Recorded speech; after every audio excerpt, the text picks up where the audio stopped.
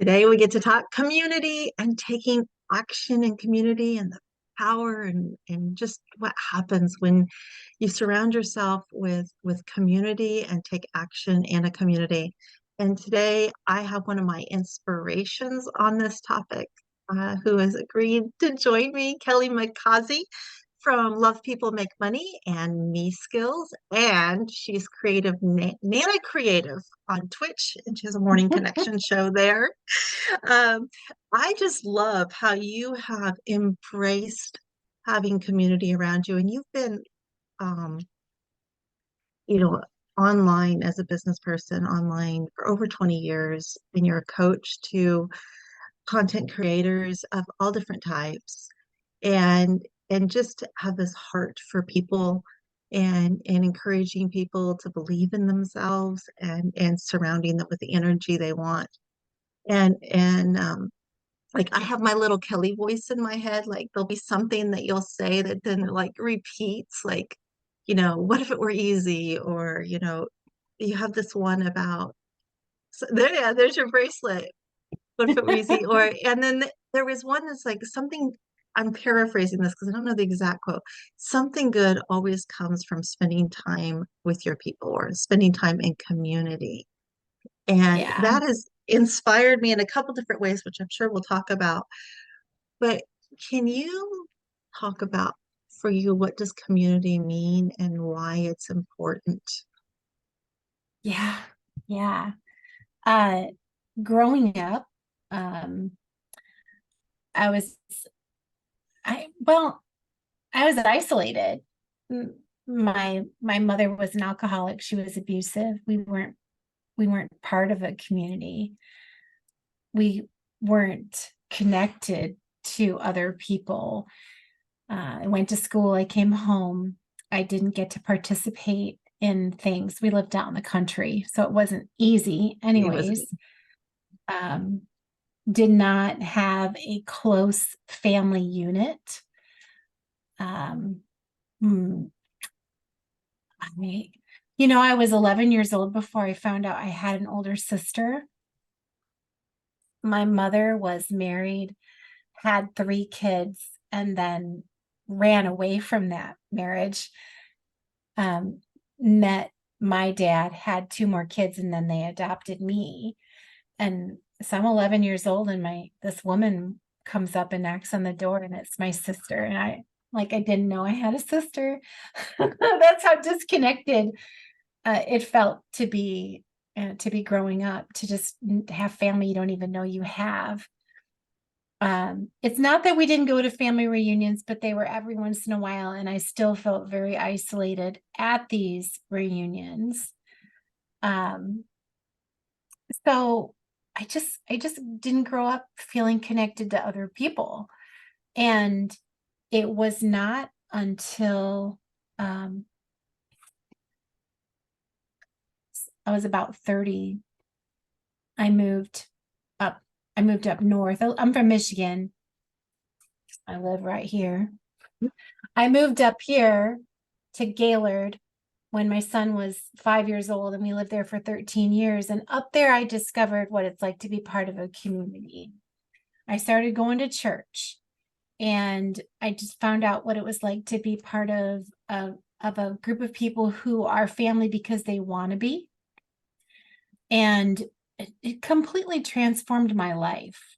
Like, I don't know how my son and I would have gotten through life if it hadn't have been for the family that I found there, because there were people that loved on me and loved on him. And um, I don't know. Like, church is not the only way that people find community, but it was the way that I found it at that point in my life. Um, Years and years later, when I started to build my online business, I brought with me my experience of being part of a community, that you don't ever do anything on your own. You can always find someone to help you. You can always, anything worth doing is worth doing together.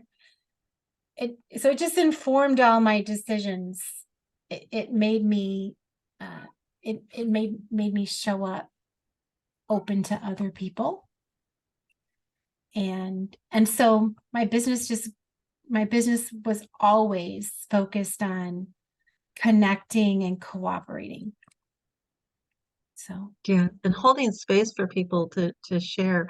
Now, the communities that I've been in of yours, like Momentum Coaching Mastermind and the Stretch Yourself Challenge, you really hold space, not just you as a facilitator, but also for people to discuss and talk and share and learn from each other. And you use a technique, which is triads, where you're purposely, intentionally letting people come together in groups of three to communicate and share and learn from each other. And and that has been a lovely thing, because I think sometimes communities think like you need to build a community, you have to be the leader of the community. And what I really like is your approach of being the facilitator of the community. You yeah, lead, but you facilitate and hold space, a container to hold safe space yeah, for people to communicate with each other, to collaborate with each other, to connect with each other, to learn from each other. And yeah, there's a great deal of value in that.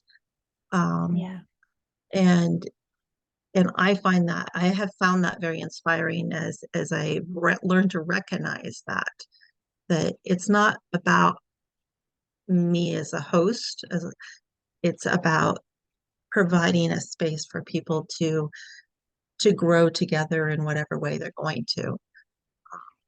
yeah. And that was something I got from the 2022 Stretch Yourself Challenge. That like really crystallized for me is like the value here is not just Kelly in your ear and Kelly cheering you on, but also the walking alongside other people and having that together.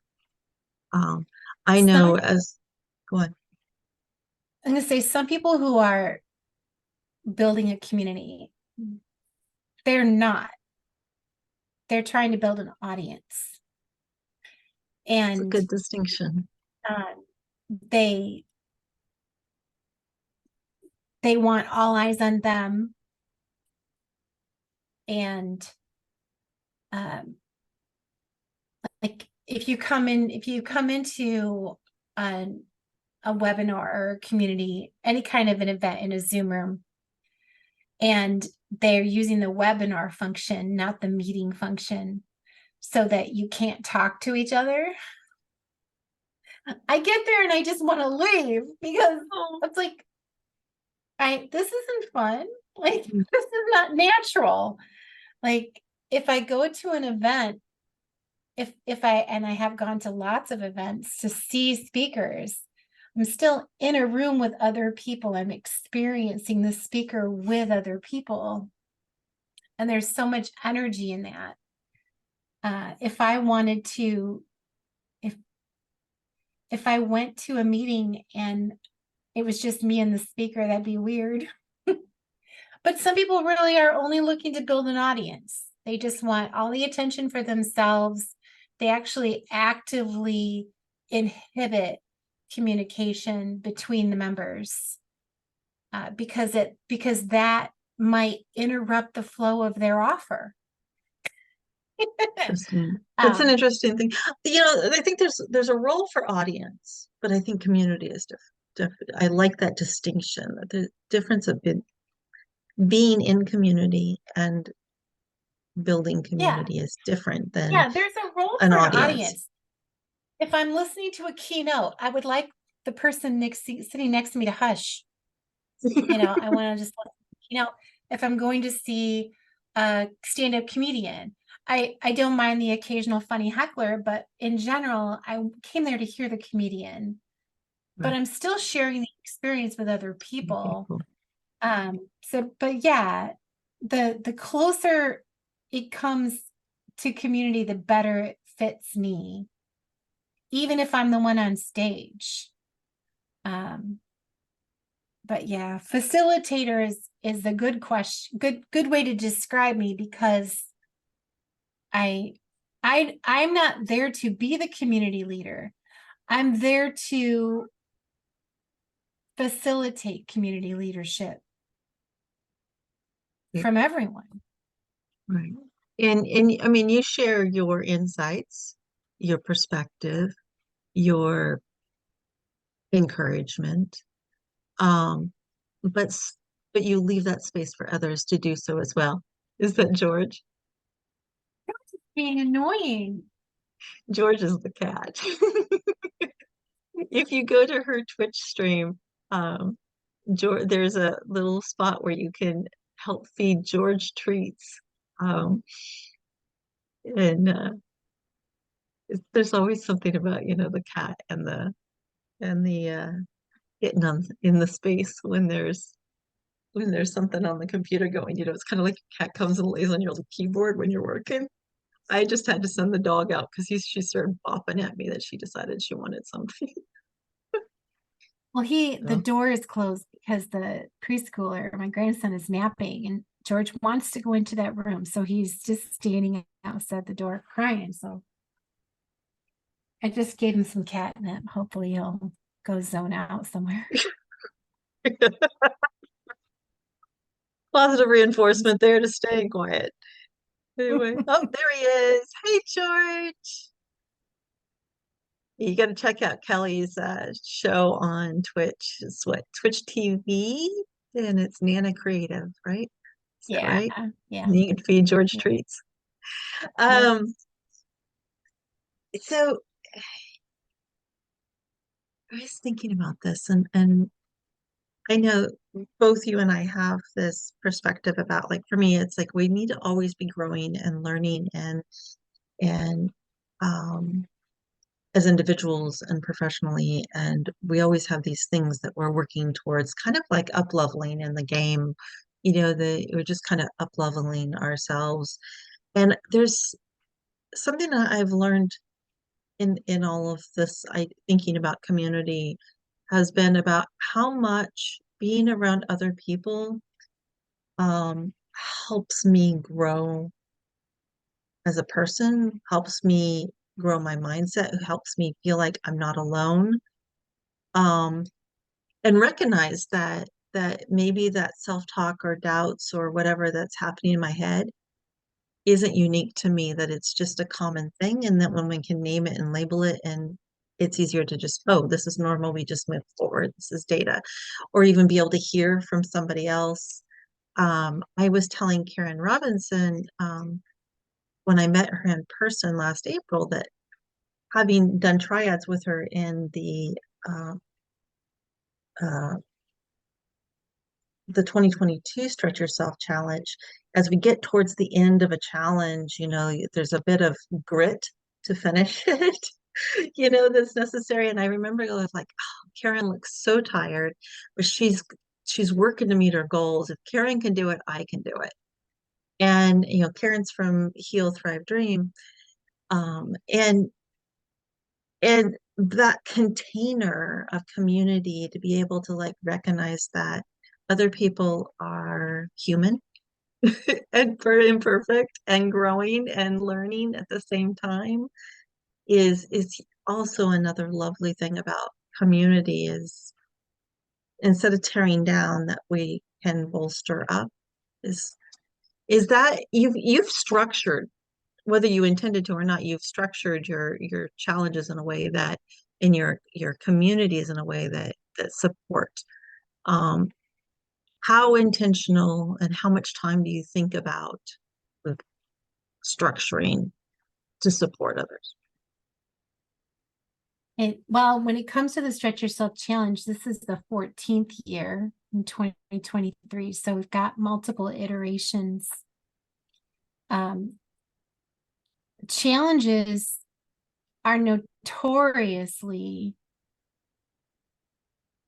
poorly finished.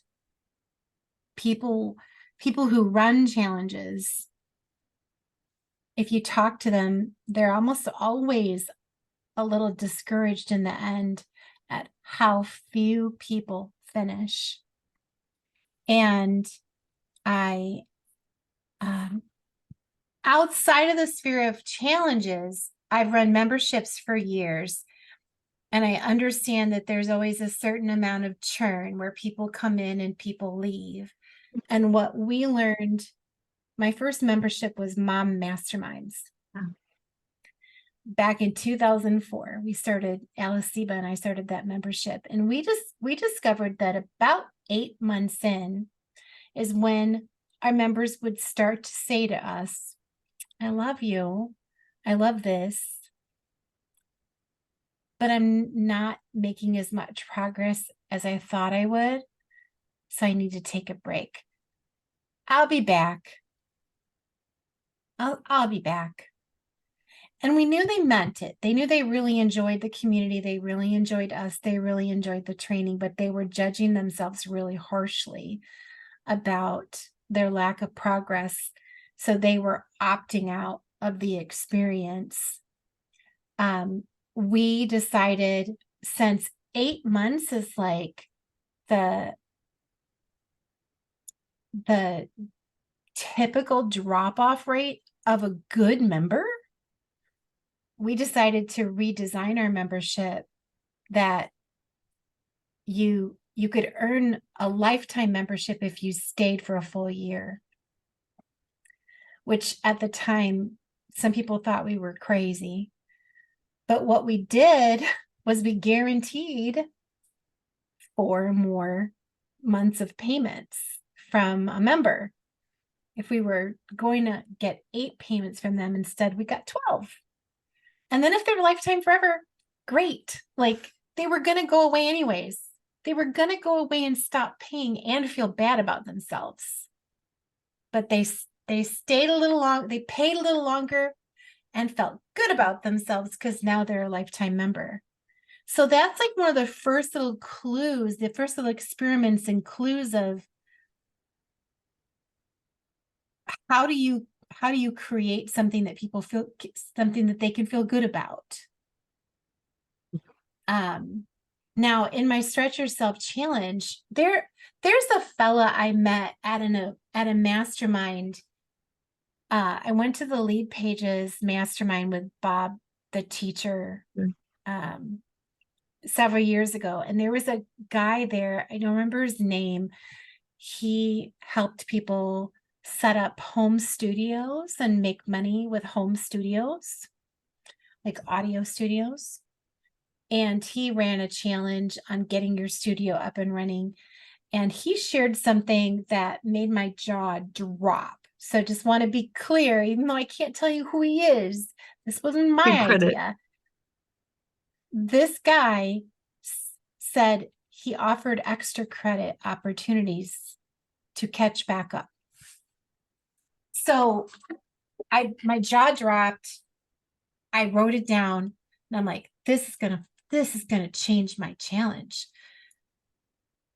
And I worked it into my next challenge. So the way the Stretch Yourself challenge works is that there's 21 different content marketing projects.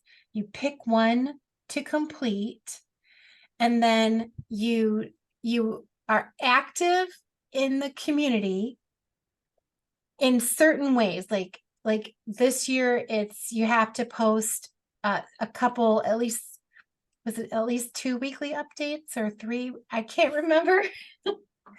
I reduced the number of requirements this year because my goal is to make things a little less hectic for people. But you submit a certain number of weekly updates. You come to a certain number of the coaching sessions or watch the replays. You participate in a coaching triad, which is a contemporary cohort coaching session. You finish that project, you do these things, you submit a form, and you're an official finisher. And you get your mug or brownies. Yeah, you get a prize. Little from prizes. me. I either send you a coffee mug that we designed for the challenge, or for those who don't need another coffee mug on the shelf, they can get yummy send out cards, brownies. If you fall behind you can catch up. Like, it's designed so that you can catch up. You can take a week off if you're going to be on vacation. You're not going to lose it. You're going to be just fine. But that's just the finisher prize. A few years ago, I started to offer other prizes. If you wanted to go beyond the 50 minimum points for being a finisher, if you wanted to maybe earn some other cool prizes, you could earn more points, meaning you could tackle more content marketing projects during the month. You could participate in more coaching triads. You could participate in all kinds of things. If you get 150 points, which is extremely doable, like more than 40 people did 150 points last year. If you're aiming for the 150 points so that you can get a private coaching call with me, then extra credit opportunities, I toss them out usually on the weekends and say,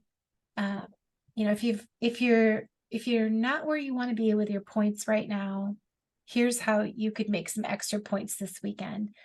And some of those extra credit opportunities are extremely self-serving, because I might say, go rate my podcast. I remember that one. Like, hello, I gotta do a little something for myself. But mostly it's like, okay, so, go leave a comment on someone else's content this weekend. I'll tell people, post your favorite item of content on this thread, and then all y'all who go leave comments can, 2 points for every comment that you leave. So it is encouraging that interaction and engagement. And it gives them a fun and easy way to boost their point totals.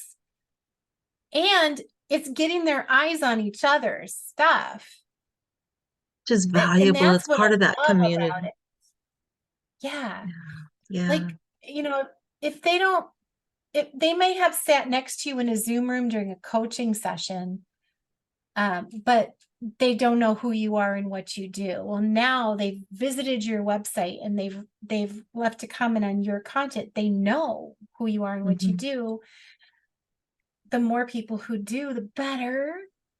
So yeah, I definitely design engagement to be as fun for everyone as possible. I remember at the end of the 2022 Stretch Yourself Challenge, we were in that last week, and I realized that in order to reach my goals, I needed to solve an issue that I personally was having. And so I decided that I've been doing like these little personal challenges for myself, but it was only me, myself, and I, kind of thing. So I decided that I was going to, just see if anybody else wanted to do it. And I called it the One Action 100 Days Challenge. And I asked in the group, in the forum, I asked about, how do we keep people engaged? How do we move on? And one of the things that you came back with that actually has become part of my 4 things that we focus on in our challenges is there is no behind. And that came up because you told me that people drop off because they feel like they can't catch up, that they feel so far behind that they can't win, why even bother to continue to take action? And I internalized that. It resonated with me. And, the other part of that was that people drop off of community or challenges when, they've gotten what they wanted from it. But, when we think about mindset and how do we support people in achieving their goals, and that's something I think about a great deal. How do I help my clients? How do I help my people? How do I help my kids, achieve their goals? How can I support them the best? And I want to like not have that mindset of I can't, or I can't do this, or I'm too far behind, or I failed in some way. That's not productive, move us forward mindset.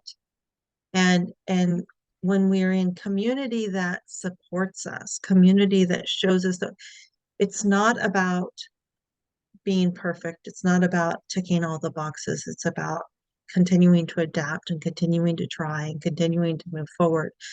That is powerful. That is transformational. Um, and making those connections that support us. And I feel like the container that you've provided does that. It's like acknowledging that, yeah, we may want to give up, but you can do it. You're very intentional. I feel like you're very intentional about helping people believe in themselves and knowing that they can keep going. And I know that you created me skills to help speak to that mindset side of things. So, um, for you, does community, even facilitating community or building community, is that something that's important to you as far as building that mindset and belief in yourself? Yeah. I I just people have said to me before, like, I just don't know if I'm the kind of person who finishes anything. Mhm. And, you know, and they'll say, like, how do you get so much done? How do you get so many things finished? And I can speak to technically how I do it. How do I plan? How do I organize? How do I get things done? But I wanted to create in the challenge, I wanted to create a way for people to experience being a finisher for the first time. I discovered through coaching over the years, there are people who are clearly finishers who won't call themselves one because of perfectionism and good enoughism, you The know. list is So always never ending. The list is yeah, never ending. so I love that they can join the challenge and they can see this is how I know I'm a finisher. I have done this, and this. Um, you're a finisher. You have completed a content marketing activity. You have engaged with others. There are more people who know who you are and what you do today than when you started. You are a finisher. And they go, oh, shit, I can do this all day. It's like, okay, we'll do it. Yeah, Um, that's it. I like call it celebrate your wins, no matter how small, yeah, because little bits add up, and you need to celebrate your wins because what we focus on yeah, grows. And so when we can like focus on the fact that, hey, we can do that, yeah, that's a win. That's a win. yeah, Like being able to check those things off on that list of challenges and those points, yeah. that's a win. And I don't think we celebrate our wins enough. I did a lot of after the last challenge, I made a bunch of notes. Um, and I did make some significant changes to the way the challenge works this year in that I I started like 4 years ago offering big prizes to like say the top 7 achievers. And then it was 10 and then it was 13. And um, declaring that there are only a few people at the top, the top 13 people, the top 13 point earners are going to get to choose from these prizes. It felt fun. It was extremely motivating. It engaged competitive types of people and it created an enormous amount of activity and it burnt people out. Mm. And 2 years for a couple of years there was somebody who I would observe being one of the top scorers and yet nothing was really changing for their business. And I'd look at that and think, how do you spend all this time doing this engagement and this creating this content and not see results from it? Like, how? I would have said it's impossible, but gamification, which is the way my challenge works, the earning the points and doing the things, gamification can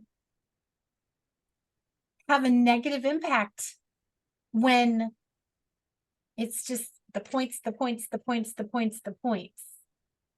Up level, up level, up level, up level. Like it's like there's some little reward system in the brain that gets rewarded by that, but nothing really changes. It's why people lose hours of their life to Candy Crush and Farmville and every other stupid gamified game I've ever lost a bunch of my life to.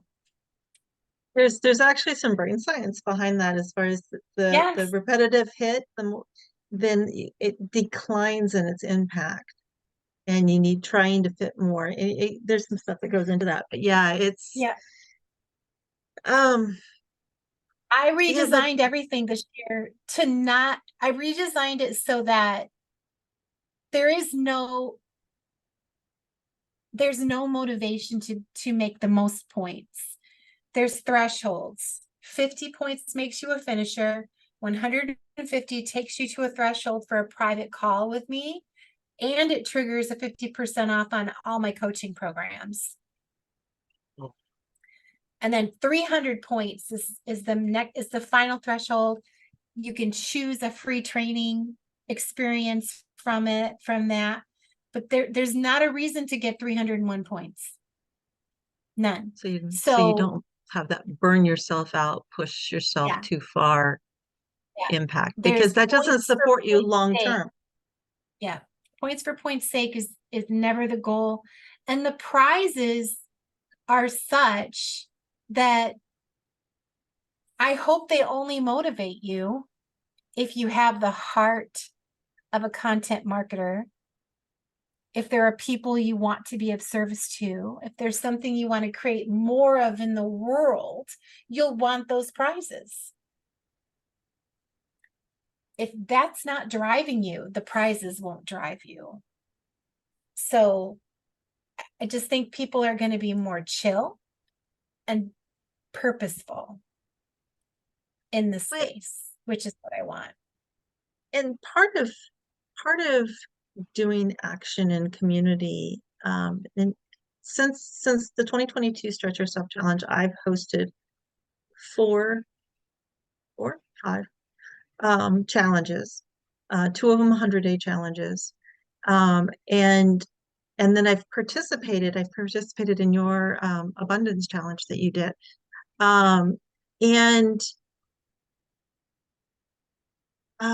one of the things that I've learned in that year of challenges that I did, because I just went from one to the next, on different topics, was that our personal motivation is different. So then this, for some people, they'll be motivated by the points. For other people, they're going to be motivated by the community and doing stuff together, and that feeling of connection, which the way that it's you're together, you've structured it, there's that connection piece. And some will be motivated just to have that, like a little bit of accountability to show up at a certain space and do the work to whatever extent they want to do the work, or can do the work, because life happens. It's crazy what happens. Um, and so being able to have these different motivating factors, I think, is very valuable, because we can be who we are and lean into the energy that meets us, that motivates us. So you've factored all those things in, and created that in your spaces, which I think is very cool, because we aren't all motivated by the same things. And Yeah. even within ourselves, certain times we may be motivated by certain things. I know I'm looking at this next Stretch Yourself challenge, and knowing that I'm going to be gone for 2 weeks of it, it's like, what expectations am I going to have for myself? It's like, it's not going to be about pushing, it's going to be about the container of support, and the Yeah. container of walking alongside other people who get what I'm doing and why I'm doing it, which is Yeah. powerful in itself. That feeling Yeah. of belonging is a human need. Yeah. I love, so one of the things we started doing a few years ago is we have teams. Yes. This year we have 4 teams. Team Mighty, Team Grow, Team Diva, and Team Shiro. That's Jennifer, Erica, Michelle, and Melissa. I started teams originally in that anytime you have an organization where there's one person, one leader, you start, the bigger that a challenge group gets, the harder it is to feel personally connected to that person. Mm-hmm. And so team leaders is my attempt to create multiple points of connection. And I did not know, like, there's so many pleasant surprises. I did not know that first year, that first time that I had Tisha and Val as my team leaders.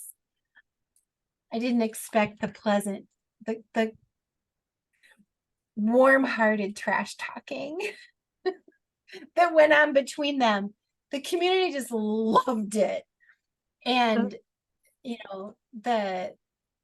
the sense of earning points, not just for yourself, because the teams, everyone turns in their points at the end of the challenge, and then I figure out how many points each team made, and then a team is a top earning team. That moment of woohoo, we did it! Like, there are people, the best part of it the last couple of years was definitely people who would tell me when they're filling out the form, if it had just been about me, I might have tapped out when I got a little overwhelmed, but I couldn't let my team down. Like, the more of that we can create for ourselves, the better. Yeah. Well, I And love it. anytime we can get out of our own heads from like the things that, well, it doesn't really matter, when it matters to show up for somebody else, whether it's our audience, our community, our team, we're more invested, we realize a little bit more of the value that we bring to just by being ourselves, by showing up for as ourselves. That's valuable. That's valuable, and that feeling of camaraderie, whether it's Yeah. perceived or real, is a good thing. And I think that as a content creator, then there's a certain asynchronousness, if that's even a word, that sometimes we can feel disconnected. Um, and when I used to say this in the homeschooling world, is that it's not great to homeschool in a bubble or to homeschool in a silo. There's no reason to do that. The more you can connect and have community, the richer the experience for ourselves and for our kiddos. And I think in business, especially as a content creator, um, the more that we can recognize that we're not creating in tunnels, we're not in tunnels, we're not in silos, that there is an impact, ripples of impact actually to our messaging, and that there are this ability to serve with and for others, in community, um, or even like the collaboration which we were talking in outside this call. um, there's a lot of value in that. There's just a lot of value of knowing that you're not about yourself, it's about other people, and showing up for them. That's kind of a ramble, but anyway, I think that goes back to, you have this messaging that I've internalized, and that is around, um, are you creating more of what you want in the world? Yeah. That's one of those Kellyisms that's in my head now. Like, what if it were easy? It's like, are you creating more of the energy that you want in the world? Are you creating more of whatever that is, whether that be kindness or support or community or a zillion other things that are available? Um, you recently started the meskills.com uh, space to bring your mindset coaching outside of content creation, but out into personal development, personal growth as a as something that was about creating more of what you want in the world. Um, what do you what is the current iteration for me skills and where you're taking me skills at this point? I started it this spring with the intention of doing the summit business model of doing a Mhm. summit like every other month. I did one summit. It was really fun, but it was like as soon as it was over, it would have been time to start another one. And I was like, That sounds oh, exhausting. yeah. Um, the I changed. So the current iteration is I'm starting a podcast because the summit model, you interview somebody, someone comes and gives a presentation, and if they opted in to attend it, they got to attend it live. To buy the replay is how you get access to the replay. The summit model is lovely, but I found myself annoyed that because the business is young and the mailing list is small, that means that only a few people got to see these conversations. And now, unless I sell them, they're just in a vault somewhere. And I'm like, nope, this is not creating more of what I want in the world. So I'm switching it up to I'm going to do podcasts. I'm going to interview these people and make these conversations available to everyone long term. Then I feel so much better about knowing that all the great stuff that came out in that conversation, I can refer people to anytime, anywhere, and they can access it for free. Um, the so I love iterations. I love trying something and saying, yeah, I liked that, or no, I didn't like that. And it really does come down to, did it create what I want? It didn't. Not if it's everything's tied up in a vault. So I'm excited about launching the podcast, and the the coaching that I've been doing over there is it's intoxicating. Like I've, the coaching I do at Love People and Make Money, the business coaching, the content marketing coaching, I love it. Like I still completely nerd out over helping somebody develop a banner message and playing out their offer funnel and make money. Like that's nerdy, geeky goodness. But the mindset coaching, when someone comes through me skills and decides that they want to spend some time with me because they want to talk about how they can create a better life and how is their mindset helping them or hurting them, like those conversations are they're so fun. They're creating more of what I want in the world. I just want to do more and more of that. And they're So just, being able to work on our mindset. And yeah, I think all of us at every level have that's a continual process, a continual growing process as who we are as humans. Um, yeah, and to be able to work on our mindset, it not only impacts our business, but it impacts every aspect. It impacts our relationships with our kids. It really how we go about in our world, our relationships with ourselves, the self-talk that we have. Um, there's so much transformation that can come from really working on mindset, and yeah. that's an amazing gift that you can give to other people to facilitate that. It just is. So Kelly, we've been on for a while here, and so I want to be respectful of your time and energy. If if there's one piece of advice that or input that about community and taking action in community that you would like to share with others, can you share that? You alluded to it early on. There's a principle that you cannot spend time with your community and not end up creating compelling content. You just can't. Like, if I get into a Zoom room with some content creators and we're just talking about stuff, I'm going to be over here writing things down like, Yeah. oh, I need to talk about this on the podcast. I need to write a blog post about this. I need to email this. So if you want to create more compelling content, spend time with your people. And you cannot create compelling content and not end up building a community around it. It just happens. So And, people are this, attracted to your messaging. yeah, people, if your content is compelling, if your content is boring, no, nobody wants to talk about it.